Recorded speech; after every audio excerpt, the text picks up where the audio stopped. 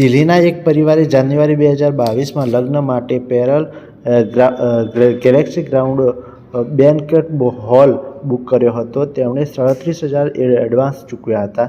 પછી કોરોના મહામારી આવી, તમામ બુકિંગ્સ રદ થઈ ગયા.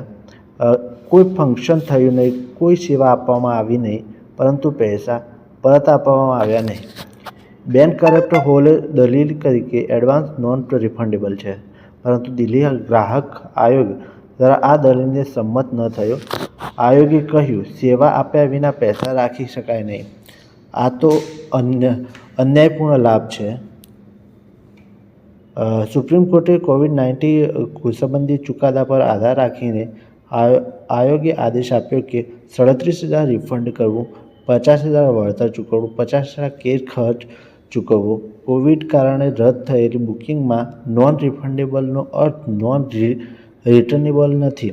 ગ્રાહક અધિકાર હંમેશા તમારું રક્ષણ કરે છે. તમારા અધિકારો વિશે સજાગ રહેવા માટે લીગલ લોને સાથે જોડાયેલા રહો.